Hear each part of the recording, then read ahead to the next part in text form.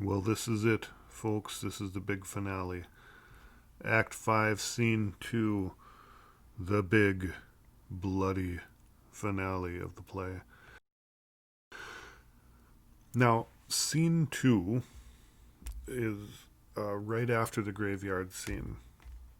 And as it opens, what we see right here, this is where Laertes and Claudius is telling Laertes, now just be patient. We have this plan to kill him, so just be patient. And Hamlet and Horatio went off in one direction, and everyone else went off in another direction. So this is a little bit later that same day. Hamlet is telling Horatio about the pirates, and or he says, "You remember about the pirates?" And then he tells him about the secret plot. Now, the secret plot is that he was supposed to be murdered in England. He finds out this way. Hamlet spy thieves on Rosencrantz and Guildenstern, and it says he groped to find their packet of letters, of instructions, and that's where I found an exact command. I found that it said it was an exact command that my head should be struck off. Okay? So he finds here the letter that Rosencrantz and Guildenstern are carrying to deliver to the King of England. And it says they shouldn't even pause to sharpen the axe. They just got to cut his head off right as soon as they can. And these are the letters that were going to the King of England, who is, in fact, a servant of Denmark. So, Rosencrantz and Guildenstern are part of a murder plot. They don't really know it, but they are. They're doing whatever the king says, and the king has gotten them involved in a murder plot. So, what Hamlet does is he double crosses them. He creates a new set of letters, and in that letter he says he puts an earnest conjuration from the king that he should the bearers put to sudden death. Now, this is one of those things where the language is a little distorted. He's got this big bunch in the middle here, but it's an earnest conjuration from the king of Denmark that he should put to death the bearers of the letter. Okay? And then in between here, this is all his sort of smart alecky way that he explained it to Horatio. He says, I wrote it all fancy and gnarly, and so it looks like something that Claudius would do. And luckily, he has the ring of his father. Hamlet has the ring of his father, so he can seal it, so it has the seal of the King of Denmark on it. This is something that he would need for a command of such a important nature. Now, we don't know for sure that Rosencrantz and Guildenstern were ignorant of what they were doing. We don't know that they were that they knew what they were doing. However, this is the way Hamlet looks at it. He says, the simple fact is that they did make love to this employment. They were doing what the king wanted. And the king is the one who was trying to kill me, but they were doing it for him. And they were doing whatever he said. They made love to this employment. And he says, they are not near my conscience. It doesn't bother me at all that they're going to die because they deserved it. Because they were dirty, underhanded people. He says it's dangerous when the baser nature comes between the pass and fell of incensed points, of mighty opposites. Basically, Hamlet is an important and strong human being, and Claudius is an important and strong human being, and Rosencrantz and Guildenstern got crushed between them. That's where Ophelia is, too. Heck, that's where Polonius is, too.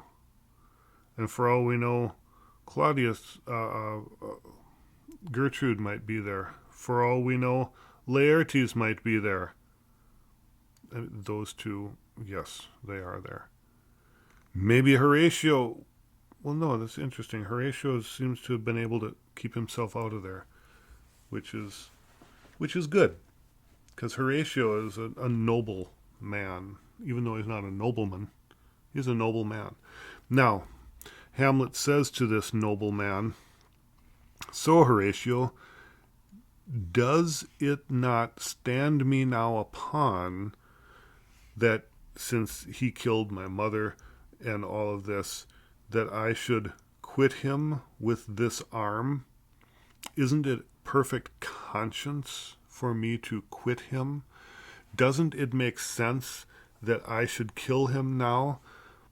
And is it not to be damned to let this canker of our nature come in further evil? Isn't it a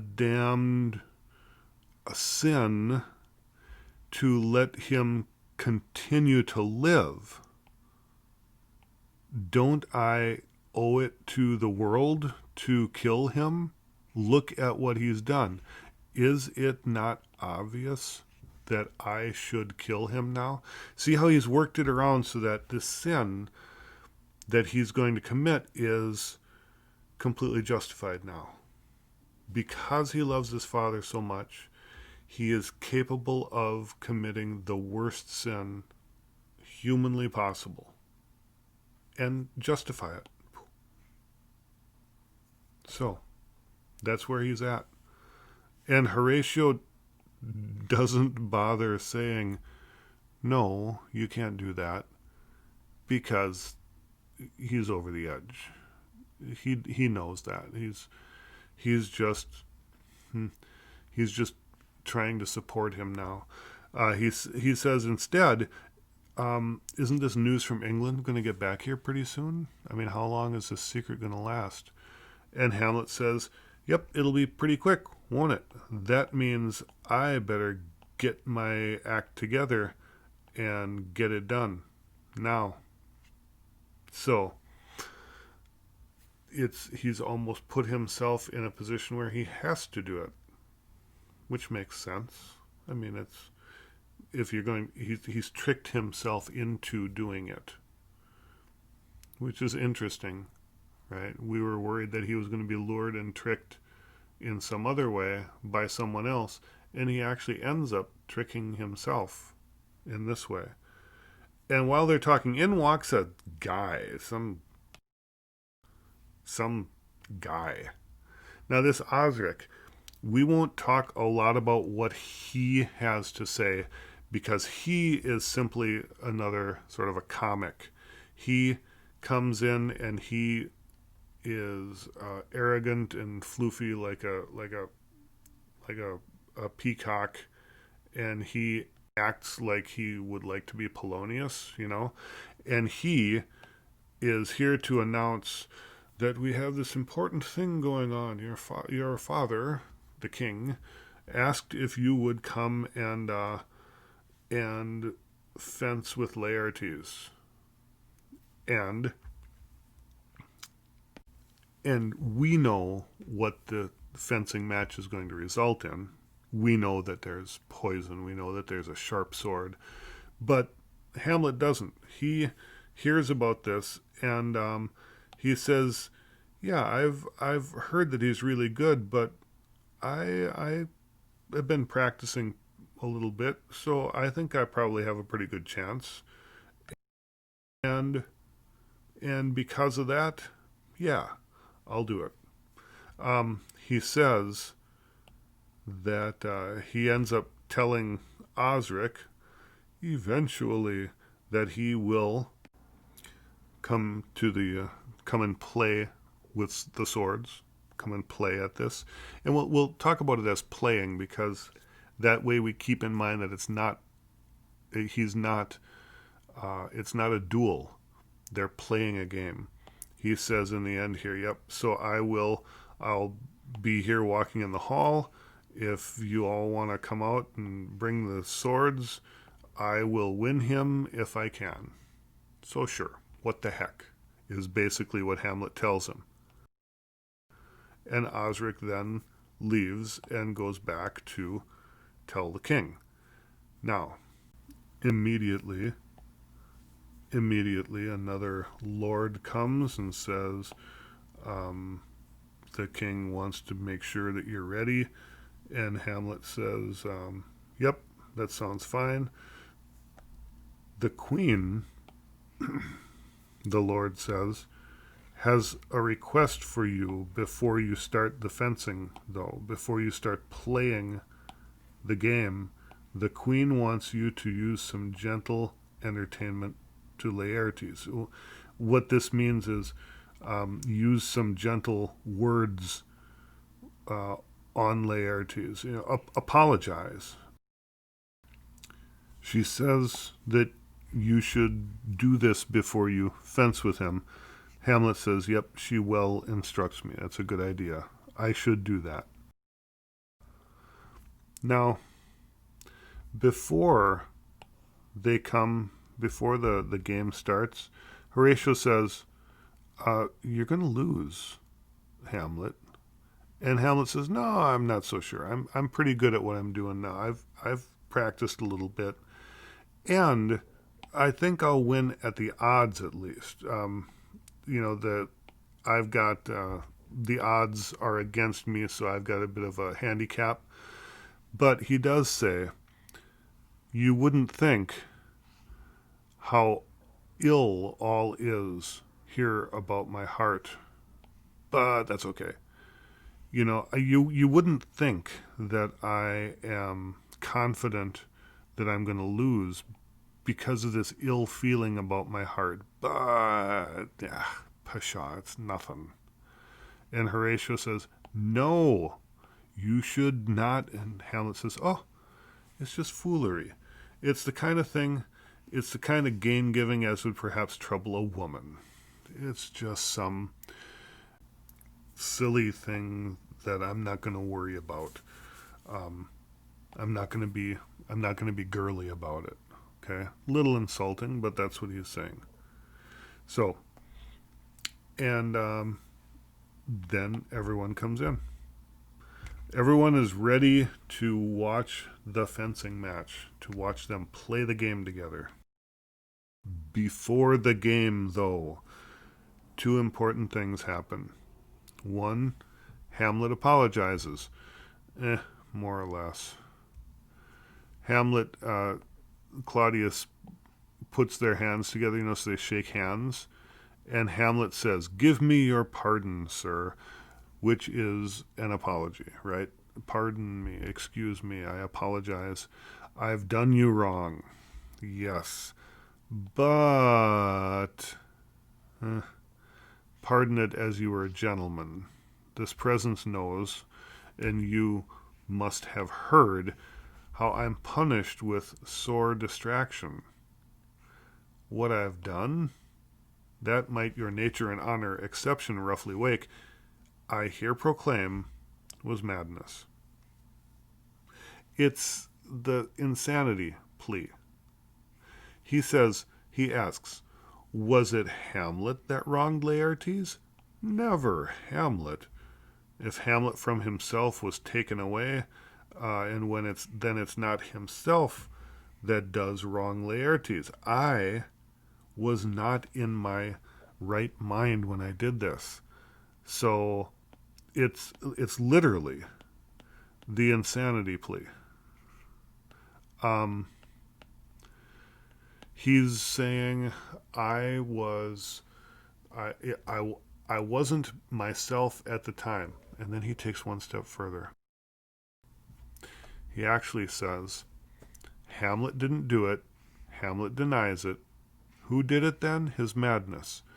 And if that's true, Then Hamlet, he's talking to him about himself in the third person, then Hamlet is just as wronged as you are, because Hamlet's madness killed your father and destroyed my reputation. That we're both damaged by that madness. Poor us. Well, that may be, and Laertes in fact says that he accepts the apology, but there's an important distinction that we need to identify here. You see, Laertes says that he's satisfied in nature, but in terms of honor, he says, I stand aloof. So I forgive you by the nature of being this man's son. But in terms of honor, there's a thing called Danish weregeld. Weregeld is man price, man gold. It's like werewolf is a man wolf. See, there's a price on everyone's head. Everyone is worth a certain amount of money.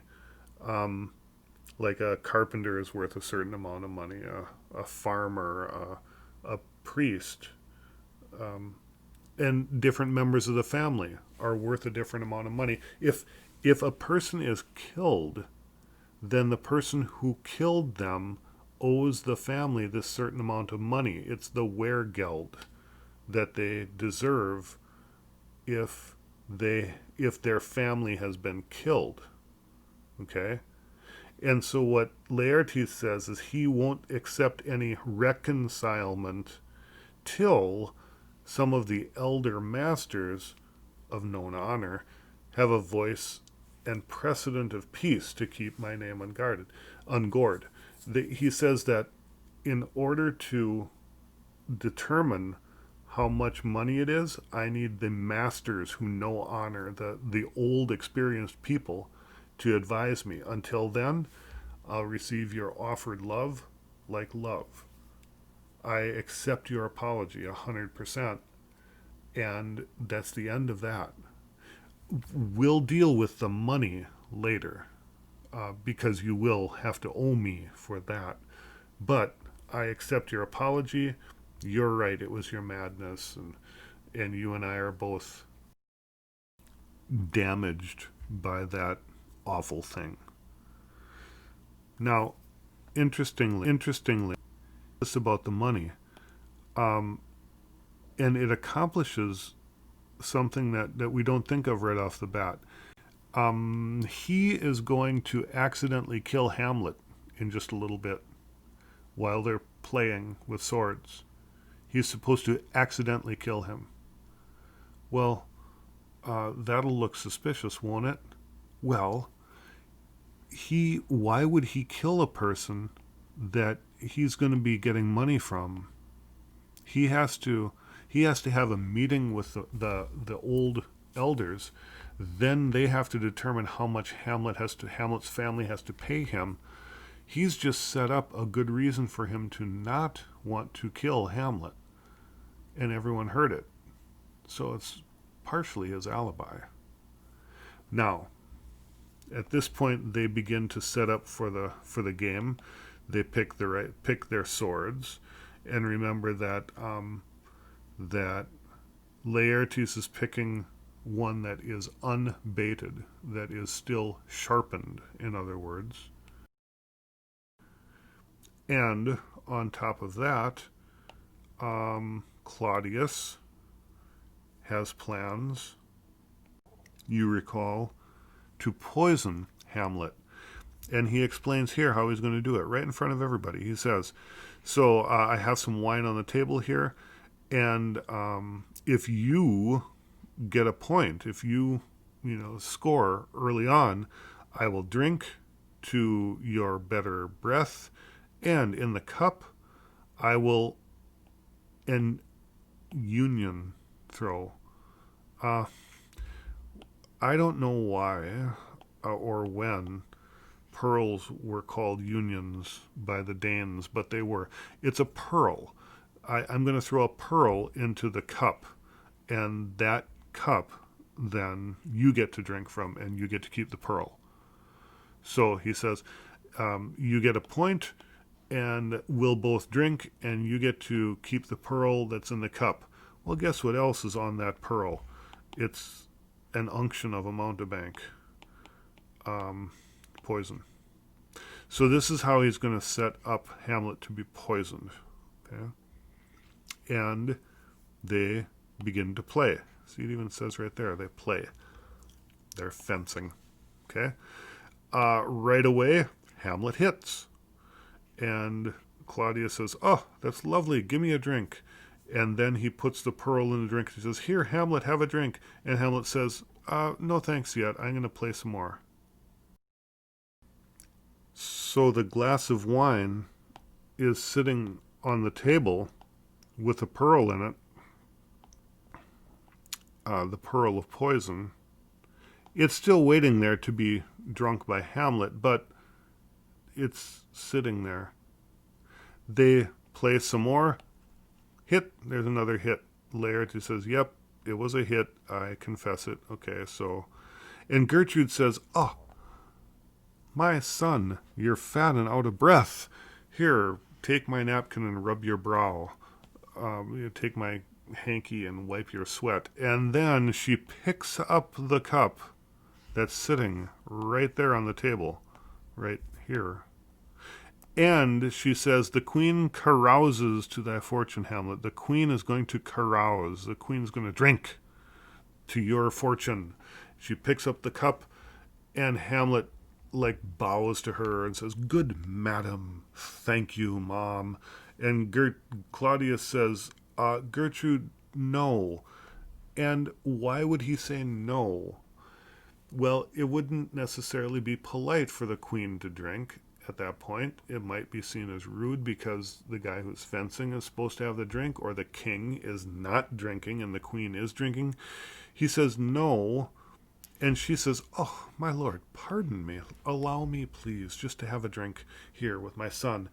And Claudius quietly says to himself, oh, yeah, but that's the poison. But it's too late. So, queen's dead.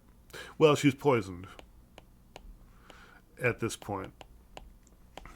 And Hamlet still doesn't drink. And they go on to play some more. At this point, Laertes says, I'll get him this time. And Claudius says, I doubt it. And it doesn't matter anyway. And Laertes then says, aside to the audience, right? He's thinking. He says, it's almost against my conscience to do it now. I almost don't want to kill him now. Huh.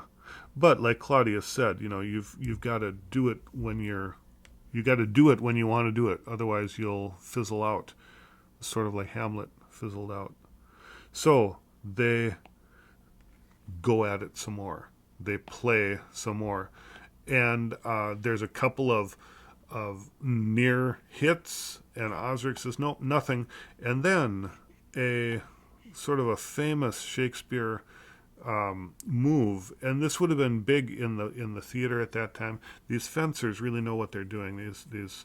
These are the superhero actors in the troupe, and so they have this big choreographed fencing match worked up, and at some point they switch swords. Somehow they switch swords. The one guy drops it, and so the other guy picks it up and or throws him his own sword. Here, I'll be noble. You take my sword, I'll take yours. Or the one disarms the other one, and rather than just win, he gives him his sword and he says, "Oh, I've disarmed you. Here, you take mine." Or maybe the one dropped it and the other one picked it up. Maybe they both dropped him. However they do it, that's part of the acting that would have actually been quite a big deal back then in Renaissance times, because it was like a bar fight scene or a superhero scene in one of our movies. The result of it is, though, that Hamlet is now holding the sword with the poison on it. And right when they start, attacking each other again, now they seem angry at this point, just because as they fight further, as they play more and more, it turns into a bit of a fight. And they're supposed to be getting sort of anxious and excited and overexcited. And right at that time, Gertrude falls down, because remember, she's been poisoned. And Osric says, "Look to the queen." And Horatio says, "They bleed on both sides." Both of them are bleeding. The only sword that would make them bleed is the poison one. And they have both been hit with a poison sword. So they both are bleeding. And now that means that Laertes is poisoned and Hamlet is poisoned. And the queen just fell down. And Osric says, "Laertes, how are you?" Or how is it? How are you? And Laertes says, "It's like a woodcock caught in my own springe. I'm like a bird caught in my own trap. I am justly killed with mine own treachery." And then he falls down. "So I'm poisoned." And Hamlet says, "What's wrong with the queen?" Claudius says, "Oh, she just can't stand the sight of blood." And Gertrude says, "No, I'm poisoned." Hamlet says, "What?" And there must be some treachery. Seek it out. And Laertes comes clean. And he says, "Yes, there is treachery. Hamlet, you're slain. The treacherous instrument is in your hand. You've been poisoned. Your mother has been poisoned by the cup.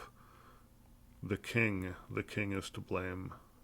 I can no more. I can't do anything more." And Hamlet says, "Oh, so the sword is envenomed? Then do your work." Bum, bum, bum. And he slices Claudius. And he probably runs him through. I mean, because he kills him with the sword and with the poison. And Claudius says, "Oh, I'm okay. It's just a flesh wound." And Hamlet says, "Well, if it's just a flesh wound, then drink this poison too." And Claudius falls over dead. And Laertes says, "I'm sorry, I didn't mean to do that." And Hamlet says, "That's okay. That's the way it goes. You didn't hurt me any more than I hurt you." And at the end, they forgive each other. Okay? Now, the quick wrap-up is this. Okay? Hamlet says, "Horatio, you have to report of what has happened, explain everything here, because you know all of the ins and outs of what's going on here. You have to explain it to everybody." Horatio says, "No, don't believe it. I'm not going to do that. I'm going to kill myself and follow my leader." And Hamlet says, "No, don't do that. You're a man. Give me the cup," right? You have, what a wounded name would I leave if you didn't take care of me? If you ever loved me, hold me in your heart for a while when you're alone, and put up with the world so that you can tell my story. Don't die. Stay sad in the world, but stay alive, because you have to tell my story. Otherwise, none of this will make sense to anyone. You're the only one that knows the truth." And that's when we hear some gunshots off in the distance, cannon fire off in the distance. And quickly we hear that Fortinbras is coming back through with his army from Poland, and the emissary from England has arrived, and they're at the castle at the same time. And Hamlet says, "Oh, I'm dying. Uh, help me, help me tell the story, Horatio." And I prophesy that Fortinbras is going to get the election will land on Fortinbras, and the election is the crown. He is the elect to be the king,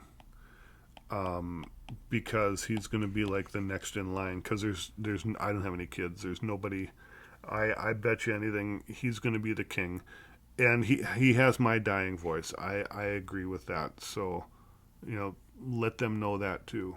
Not that it's up to me, but let them know that too. And Hamlet dies. Okay. Oh, he dies. And Horatio says, "Dang it. That's too bad. Good night, sweet prince." In walks Fortinbras and the ambassador from England. Yeah. And they're saying, they see what's happened here. And two things, there are two things that result in the end. The ambassador says, "Rosencrantz and Guildenstern are dead, but the king that ordered them dead is laying here dead. So who do I tell?" And Horatio says, "Well, he wasn't the one who ordered it, so it wouldn't matter anyway." And as Horatio sort of announces that he has the story to explain how everything happened here, Fortinbras says, "Okay, I'll be interested in hearing that."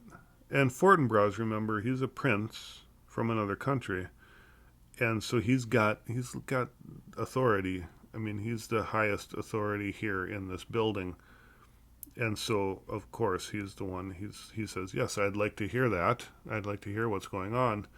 Oh, wait a minute.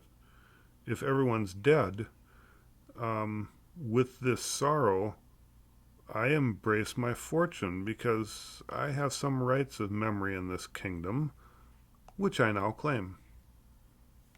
Seems to me that I'm in the line of succession somewhere in here, and looks like everybody's dead. So yes, you tell me what happened, and I will sit here on the throne and listen because I'm the king now.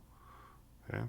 Now this is a guy who wanted revenge, and his uncle said no, and so he stopped. He gave up on his revenge. He, in a sense, forgave and walked away. And then he went off to Poland. He was gonna, he fought Poland to get this little bit of land from Poland, and in the end, he gets the reward. He gets the reward for not pursuing the revenge. When we get to the end of the story here, Horatio says, "I've got horrible stories to tell," and Fortinbras says, "Okay, let's honor Hamlet and put him up, give him a funeral setting that's worthy of a prince, because he would have proved most royally from what I hear, and then we'll listen to your story." And everyone leaves the stage. And that's the end of the play.